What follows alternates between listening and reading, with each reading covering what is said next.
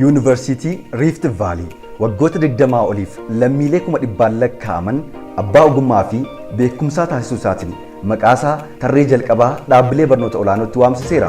Bara barnootaa 2014ttis barattoota ulaagaa ministeera barnootaatiin kaa'ame guutan leenjisuu fi barsiisuuf kaampaasiiwwan isaa naannolee biyyattii hunduma keessatti argamanitti galmee jalqabuu isaa yoo isin beeksisu gammachuu guddaatu itti dhagahama. Sagantaalee barnootaa yuunivarsiitiin beekamtii ittiin argate muummee barnoota fayyaa, biizinasii fi saayinsii hawaasaa akkasumas teekinooloojii fi injinaringii jalatti argamaniin leenjii teeknikaa fi ogummaa irraa jalqabee hanga digirii lammaffaa yookaan sagantaa idilee fi fageenyaatiin kaampaasiiwwan yuunivarsiitichaa 50 ol ta'anitti galmaa'aa leenji'aa baradhaatii abjuu keessan dhugoomsaa.